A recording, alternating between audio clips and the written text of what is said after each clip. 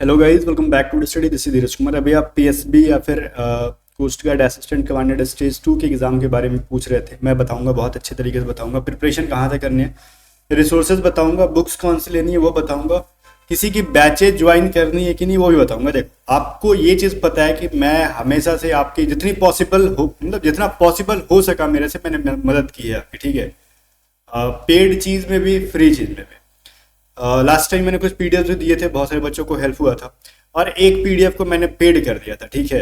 एक पीडीएफ को सिर्फ पेड करा था, साइंस वाले को। उसको मेरा टारगेट क्या था पता है? वो चीज़ मैंने टारगेट सोचा था कि वो पीडीएफ जितना लास्ट में 1 2 दिन ही सेल होता है, क्योंकि एग्जाम के टाइम में बच्चे ज़्यादा एक्टिव हुए थे। तो वो पीडीएफ ना मैं किसी को दे के जो पैसे मेरे को मिलेंगे उनसे आपके लिए बैचेज स्टार्ट करवा दूंगा, ठीक है। ताकि वो बच्चे आके 10-15 हज़ार मैं उनको दे दूं। और एक्चुअली हुआ भी था, 16,000 समथिंग का 2 दिन के अंदर, 2.5 दिन के अंदर वो पीडीएफ सेल हुआ था। मैंने सोचा कि उन पैसे से 10-15 हज़ार दे के हम लोग एक टीचर हायर करके आपको स्टेज 2 का हम लोग प्रिपरेशन करा देंगे। तो मेरी नज़र में एक बंदे, यूट्यूब पे मेरे को एक बंदा दिखा, ठीक है। तो मैंने ट्राई किया, कांटेक्ट किया उनसे। बट एक्चुअली मैंने डिटेल्स भेजा उनको कि ये मेरा यूट्यूब चैनल है, ठीक है। बाय द वे उनको मेरे बारे में नहीं पता होगा। मैंने अपना लिंक भेजा यूट्यूब का प्रॉपर तरीके से। फिर उस बंदे ने एटीट्यूड के साथ बोला ना, शेयर योर फुल डिटेल्स, ठीक है। अब मेरे को थोड़ा सा माथा ठनक गया मेरा। भाई तेरे को मैंने लिंक दे रखा है, ठीक है, पूरे यूट्यूब का, तू चाहे तो वहाँ से डिटेल्स जान सकता है, ठीक है। तो इंटरेस्ट नहीं शो कर रहा मेरे अंदर। तो फिर मेरे को लगा ये एटीट्यूड मेरे को थोड़ा अच्छा नहीं लगा, ठीक है, रहने दो, कोई दिक्कत नहीं है। मैं आपको बहुत सारी चीज़ों को बताऊंगा, इधर उधर कोई भी फालतू की चीज़ें ज्वाइन मत करो। मैंने उसके बावजूद, उसके बाद ना 1-1.5 घंटे और रिसर्च किए। मैंने उसकी वीडियोस भी देखी कि वो कैसे बच्चों को तुम तड़ाम कर रहा है। तो मैं नाम नहीं लूंगा जनरली किसी का, तो वो किसी को भी तुम तड़ाम करके बोल रहे हैं अपने लाइव सेशन के अंदर। तो वो चीज़ थोड़ा सा बेहुदा टाइप का होता है कि आप जिसको आप पढ़ा रहे हो आपके एज का है, कुछ लोग आपसे सीनियर है, उनको तुम तड़ाम आप नहीं कर सकते। तो मैं आपको बता रहा हूँ कि कहाँ कहाँ से रिसोर्सेज होने चाहिए, स्टेज 2 कैसा है। और अभी से डेली बेसिस पे आप 2 घंटे दो दिन के, आपको दिन भर नहीं लगने। पीएसबी 1 डे प्रोसेस है, 1 डे का खेल है भाई। जो है ना पीएसबी जो है आपका, पीएसबी जो पास करेगा ना उसको एफएसबी बोलते हैं। एफएसबी नहीं, वो एफकैट में होता है, ये होता है एफएसबी, फाइनल सिलेक्शन बोर्ड। ये आपका 4 से 5 दिन का प्रोसेस होता है। बट इसको जाने से पहले आपको पीएसबी क्लियर करना होगा। तो मैं आपको टोटल चीज़ों बताऊंगा। कोई बुक भी रिकमेंड करने वाला हूँ, एक यूट्यूब चैनल में रिकमेंड करूंगा जहाँ पे प्रॉपर तरीके से इनके मॉक टेस्ट को भी उन्होंने दे रखा है, ठीक है। काफ़ी रिसर्च के बाद, क्योंकि मैं ये नहीं करा पाऊंगा। कराना बहुत बड़ा चीज़ नहीं है, मैं चाहूँ ना तो टाइम निकाल करा सकता हूँ, लेकिन मेरे पास टाइम की कमी है। आपको पता है कि अभी रिसेंट में मार्च के अंदर एयरफोर्स अग्निवीर की एग्जाम है। उसके बाद अप्रैल के अंदर कोस्ट गार्ड का एग्जाम है। और मैं उन एग्जाम्स को नहीं छोड़ सकता बच्चों का, अदरवाइज मेरे पे वो रूठ जाएंगे। मैं सालों से पढ़ा रहा हूँ उनको। तो मैं आपको, आपका भी रिटर्न में मैंने हेल्प किया था। अब मैं आपको बताऊंगा कहाँ से प्रिपरेशन करना है। देखो, ये पहले ब्रीफ आइडिया सुनो। ये जो पेपर होगा ना आपका 1 डे होगा, क्लियर है। एक दिन के अंदर आपको सुबह बुलाएंगे 7 साढ़े 7 बजे तक, 8 बजे तक। उसके बाद दोपहर के 2-2:30 बजे तक आपको वो छोड़ देंगे। पास हो चाहे फेल हो, अगर मान लो फेल होते हो तो 12-1 बजे तक छोड़ देंगे। पास होते हो तो 2-3 बजे तक। मान लो पास होने, जो पास हो जाते हैं उनको कुछ डॉक्यूमेंटेशन कराते हैं तो उसमें थोड़ा सा टाइम लगता है। तो मोटा मोटी 3 बजे तक वो छोड़ देंगे। उस हिसाब से अगर आप जो पास हो जाते हो, मैं अभी बता दे रहा हूँ, बार बार तो बताऊंगा नहीं, जब भी ट्रेन का टिकट बुक कराओगे आप उसी हिसाब से अपना रिजल्ट आने पे करा लेना, ठीक है। इस चीज़ को ध्यान में रखना। अब देखो, मैं बताता हूँ इसके अंदर क्या ड्रेस कोड मैटर करता है। तो हाँ, वो लोग बोलते हैं कि ड्रेस कोड नहीं कोई मतलब है। हाँ, कुछ लोग ऐसे भी होते हैं जो पास हो जाते हैं बिना ड्रेस कोड के। बट गाइस, वो देखो जनरली ना रेयर दिखने के लिए मिलता है। जब भी वो पास करेंगे आपको, वो थोड़ा सा, आप एक चीज सीधे सीधे समझना। जैसे आप एफकैट का या फिर किसी एग्जाम का एसएसबी देने जाते हो ना, वेल प्रिपेयर्ड होके जाना। मैं नहीं कहता हूँ कि आप टाई वगैरह लगा के जाओ, फिर भी ठीक है। एक फॉर्मल पैंट होना चाहिए, ब्लैक कलर का हो, ठीक है। या फिर जो भी पहनते हो ब्लैक शू होना चाहिए, व्हाइट शर्ट होना चाहिए। एटलीस्ट इतना होना चाहिए कि टाई है तो ठीक है, चलेगा। ब्लेजर वगैरह को इतना मैंडेटरी नहीं है, ठीक है। तो ये सब चीज़ें जो है ठीक है, चलो। तो ये थोड़ा सा प्रिपरेशन के साथ जाना चाहिए आपको। 1 डे प्रोसेस है, फिर भी आपको इतना चीज तो लेके जाना चाहिए। आप अभी से अरेंजमेंट अपना करना, अगर लग रहा है कि आपका रिटर्न निकल जाएगा तो। इसके अंदर 2-3 चीजें होंगी जब आप इंटर करोगे ना। वैसे तो मैं बताऊंगा, एक बंदे ने पूरे डिटेल में बता रखा है, बट ब्रीफ में बता के मैं आपको सभी चीजों को बताऊंगा। देखो, जब आप एंटर करोगे ना तो पहले डॉक्यूमेंट वेरिफिकेशन करेंगे। डॉक्यूमेंट वेरिफिकेशन के बाद आपका पता है क्या होगा, सीसीबीटी होता है, ठीक है। सीसीबीटी वो लोग पहले करते हैं। सॉरी, एक चीज मैं आपको बताना भूल गया इसके अंदर, पता है क्या? वो मैं इसको बताऊंगा आगे। बट एक चीज मैं कह रहा हूं कि आप अपना अपना कैरेक्टर सर्टिफिकेट ऑनलाइन कर दो आज। अगर ऑनलाइन बनता है ना तो कैरेक्टर सर्टिफिकेट आपके पास लास्ट 6 मंथ के अंदर बना होगा तो ठीक है। 6 मंथ ओल्ड हो गया होगा ना, तो अभी ऑनलाइन कर लेना, बिकॉज इसके अंदर कैरेक्टर सर्टिफिकेट मांगते हैं। तो ये चीज़ मैंने अभी बता दिया, अदरवाइज मैं भूल जाता है इस चीज़ को लेके। ये बहुत ही मैंडेटरी है, सब ऑनलाइन कर दो, क्या ही जाता है, पैसे ज़्यादा खर्च तो होते नहीं, ऑनलाइन तो खुद से भी लोग कर लेते हैं। तो कैरेक्टर सर्टिफिकेट कर लेना। आप सुनो ध्यान से मैं क्या कह रहा हूँ। इसके अंदर पहले आपसे सीसीबीटी टेस्ट कराएंगे। सीसीबीटी टेस्ट पता है कैसे होता है? एक बड़ा सा स्क्रीन रहेगा, जैसे आपने डिजिटल बोर्ड देखा है ना, वही रहेगा मान लो। उसके ऊपर क्वेश्चंस दिखाएंगे और आपको ओएमआर पेपर देंगे, 5 बॉक्स वाले ओएमआर देंगे, ठीक है। जनरली 4 बॉक्स वाले ओएमआर होते हैं ना, यहाँ पे 5 बॉक्स वाले ओएमआर देंगे। एंड उसके ऊपर आपका ऑफलाइन पेपर होगा, ठीक है। हर क्वेश्चन का टाइम अलग अलग होगा। एक क्वेश्चन जब आपको स्क्रीन पे दिख गया, उसके बाद दोबारा वो नहीं दिखेगा, तो उस सिचुएशन में आप उसको क्या करोगे? फिल कर लोगे, ठीक है। और उसमें समझदारी वाली बात क्या होती है कि उसमें पूरा फिल करने मत बैठ जाना। स्टार्टिंग में आप थोड़ा सा उसको फिल कर दो, ऐसे ऐसे हल्का सा लगे। जो सवाल, कुछ टॉपिक ऐसे बनेंगे ना, ठीक है, जो लाइक जो अरेंजमेंट वाले होते हैं, वर्ड अरेंजमेंट, मान लो कुछ कुछ अल्फाबेट्स दिए हैं, उनको अरेंज करके एक वर्ड बनाना है, वो इतने डिफिकल्ट होते हैं कि वो जनरली बच्चों से बनते नहीं है। तो उस सिचुएशन में क्या करोगे आप? जो चीजें छोड़ के थोड़ी थोड़ी कलर करके आपने छोड़ा है, उस वहां पे क्या करना ना कि वो सारी चीजों को फिल कर देना। एंड इसके अंदर कोई नेगेटिव मार्किंग नहीं होता है, तो आप पूरा का पूरा अटेम्प्ट कर लेना, ठीक है। ये एक चीज थी, मैंने 2-3 चीजें बता दी। जब यही आपका सीसीबीटी है, इसके अंदर हर क्वेश्चन का अलग अलग टाइम होता है, वो डिटेल में मैं बताऊंगा किस तरीके से। अब देखो एक चीज और बताओ, जब सीसीबीटी टेस्ट में ऑलमोस्ट को वो पास कर देते हैं, किसी को फेल नहीं करते हैं, और सीसीबीटी टेस्ट होने के बाद वो आपको बैठाएंगे फिर अलग रूम में। उसके बाद आपको पीपीएनडीटी के लिए बुलाते हैं, picture perception and discussion test, ठीक है। पीपीएनडीटी में क्या होगा? आपको एक फिर से वही बोर्ड पे एक ज्यादा ब्लर फोटो दिखाएंगे। उसके बाद आपको अपना क्या लिखना है, पिक्चर परसेप्शन करोगे, आप देखोगे और उसके ऊपर एक लिखना है, ठीक है। जो भी आप डिस्कशन के लिए जो लिखते हो ना, वो लिखोगे, लिख के ले जाओगे। एंड गाइस फिर वो पेपर आपको रिटर्न कर देंगे। वो पेपर चेक नहीं करते हैं उतने बच्चों का।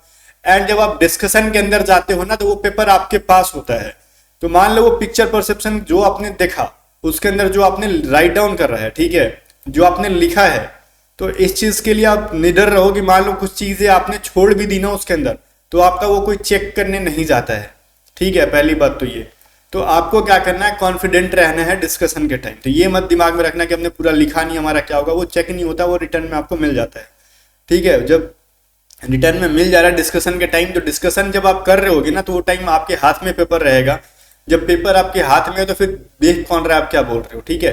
तो बिल्कुल भी हट के तो नहीं बोल सकते, बट और हट के बोल भी दिया ना, मैं आपको टू बी ऑनेस्ट बता रहा हूँ, तो कोई फर्क नहीं पड़ता किसी को, क्योंकि किसी को नहीं पता कि आपने लिखा क्या है, बोल क्या रहे हो। वहां पे आप क्या बोल रहे हो उससे ज्यादा मैटर करता है कि आप कितना कॉन्फिडेंट होके बोल रहे हो, ठीक है।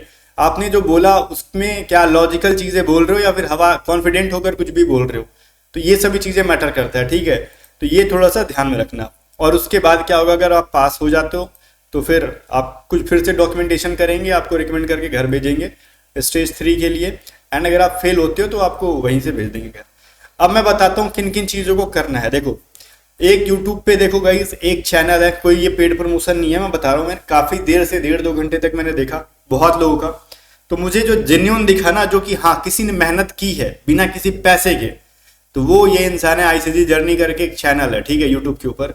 मैं प्लेलिस्ट में आया, इसमें तो बहुत सारी प्लेलिस्ट है। आप ये वाली व्हाट इज पीएसबी करके एक प्लेलिस्ट है, ठीक है, ये वाला देखो, आप खोलोगे ना, इसके अंदर तो बहुत सारी प्लेलिस्ट निकलेगी, बट मैं लिंक विंक नहीं दे रहा हूँ किसी का, बातें बोलोगे प्रमोशन है।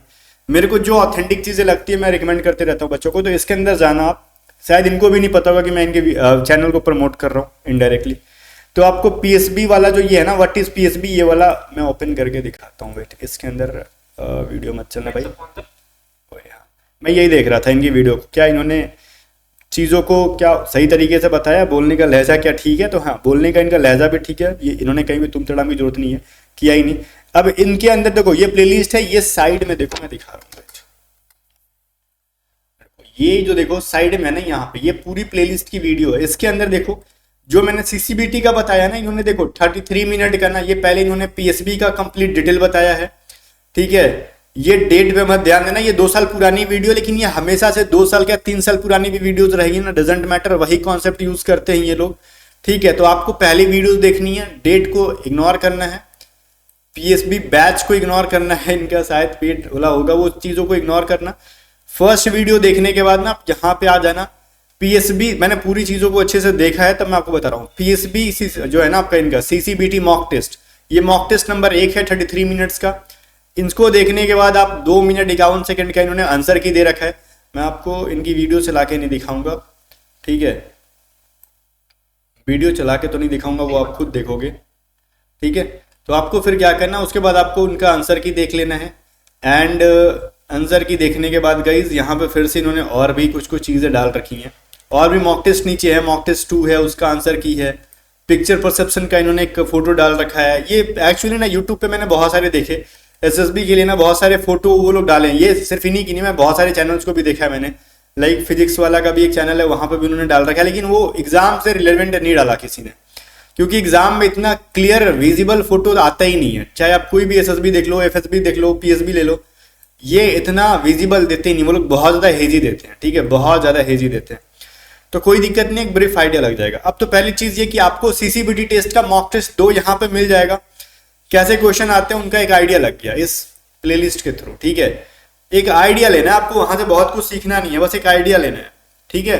आइडिया लग गया आपको, उसके बाद मैं आपको एक बुक रिकमेंड कर रहा हूँ जहां से आप पिक्चर परसेप्शन की प्रैक्टिस कर सकते हो।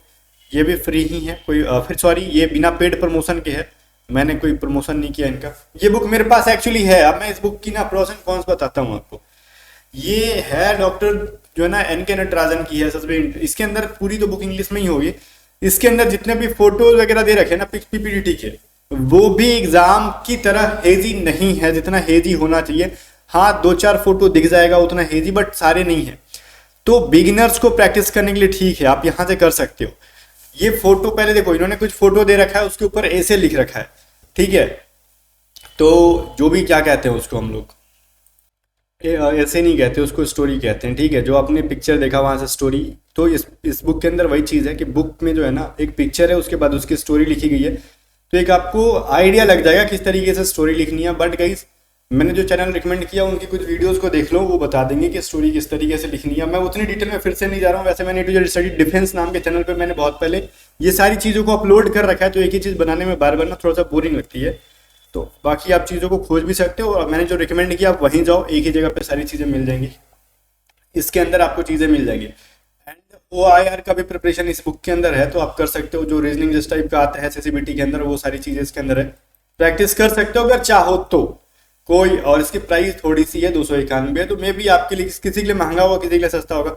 अदरवाइज आप गूगल पे डायरेक्टली लिख के भी सर्च कर सकते हो, ठीक है, PPNDT प्रैक्टिस सेट, तो वहां पे ना बहुत सारे पिक्चर्स आ जाएंगे, उससे रिलेटेड स्टोरी आ जाएंगे, प्रैक्टिस करो। अब बस सवाल ये बनता ना कि क्या हम ग्रुप डिस्कशन के लिए किसी का बैच ज्वाइन करें। देखो मेरे को उतना ऑनलाइन चीजें वर्थ नहीं लगती कि हम ग्रुप डिस्कशन के लिए ऑनलाइन कोई चीजों को करेंगे, ठीक है। मैं आपको ना एक काम बताता हूँ, ठीक है, वो आप करोगे। आप में से कुछ लोग क्या करो, एक ग्रुप बना लो टेलीग्राम पे, ठीक है, ग्रुप बना लो, और एंड गाइस अपना टास्क बांट लो, कुछ पिक्चर्स डालो, वो एक एडमिन बन जाओ वहां पे। आप मेरे से कांटेक्ट कर सकते हो, मैं अपने ग्रुप में ना आपका चैनल को, आपके ग्रुप को प्रमोट कर दूंगा कि ठीक है, जो जितने भी बच्चे हैं इनके साथ ज्वाइन हो जाओ, या फिर मैं भी बना दूंगा, आप ज्वाइन हो जाना एंड अपने से वर्क करना उस पर, ठीक है।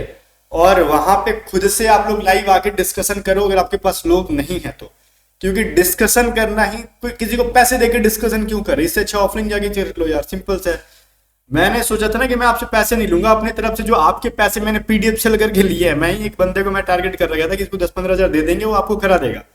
बट थोड़ा सा भाई के अंदर एटीट्यूड मेरे को ज्यादा लगा, क्योंकि एक सेंटेंस में ही लोगों का मेरे को नजर समझ में आ जाता है कि किस तरीके से कोई बात कर रहा है, तो भाई वो चीज़ मेरे को ठीक नहीं लगा, ठीक है। मैं इंसान सच में लेनियंट हूँ, उतना मेरा कर नहीं है, लेकिन मेरे को अकड़ पसंद भी नहीं है किसी का, तो वो मैं फालतू में किसी को पैसा दे तो नहीं सकता।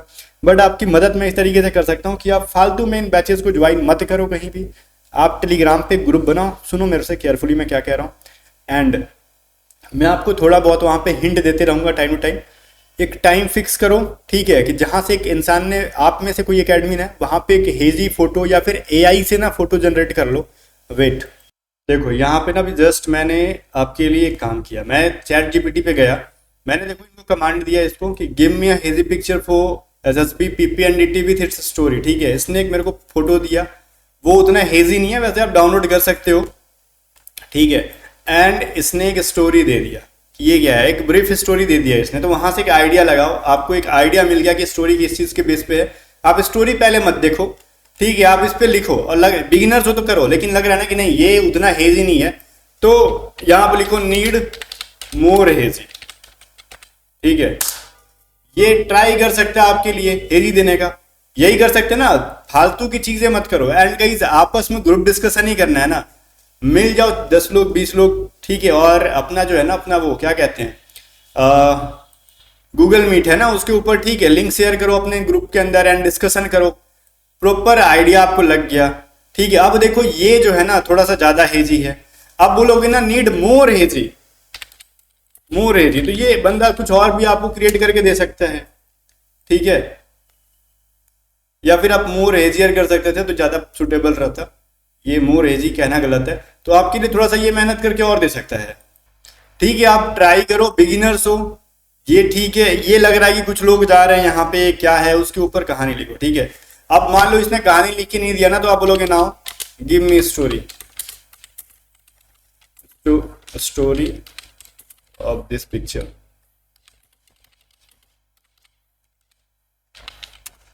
तो ये आपको प्रॉपर स्टोरी दे देगा, ठीक है।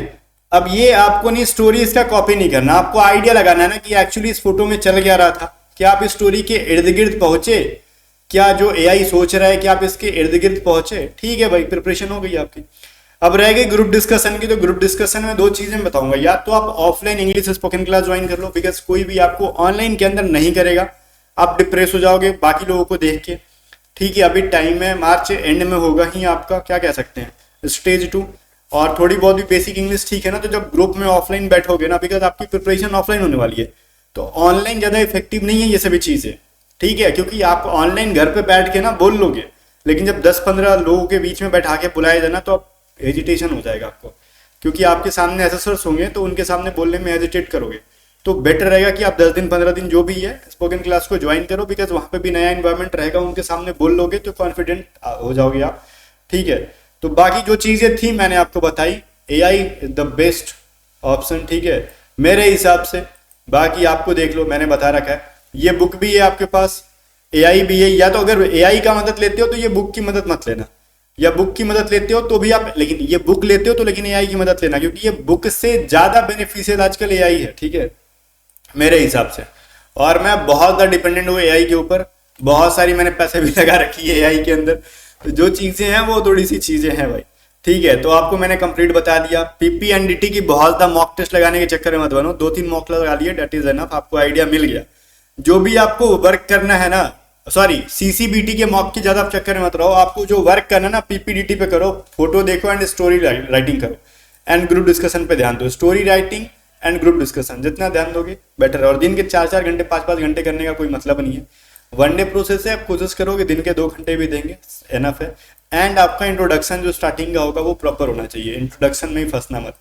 बाकी अगर किसी को अगली बैच की प्रिपरेशन करनी है तो वो ऑफिसर बैच 2.0 से ही प्रिपरेशन कर सकता है, इसकी वैलिडिटी हम लोग 1.5 साल कर चुके हैं, 1.5 साल तक आपको कोई भी बैच ज्वाइन नहीं करना पड़ेगा स्टेज 1 एग्जाम के लिए। मिलते हैं नेक्स्ट वीडियो में, तब तक के लिए bye bye. A to Z study app का लिंक डिस्क्रिप्शन में है, उसको डाउनलोड करके ये बैच ज्वाइन कर सकते हो।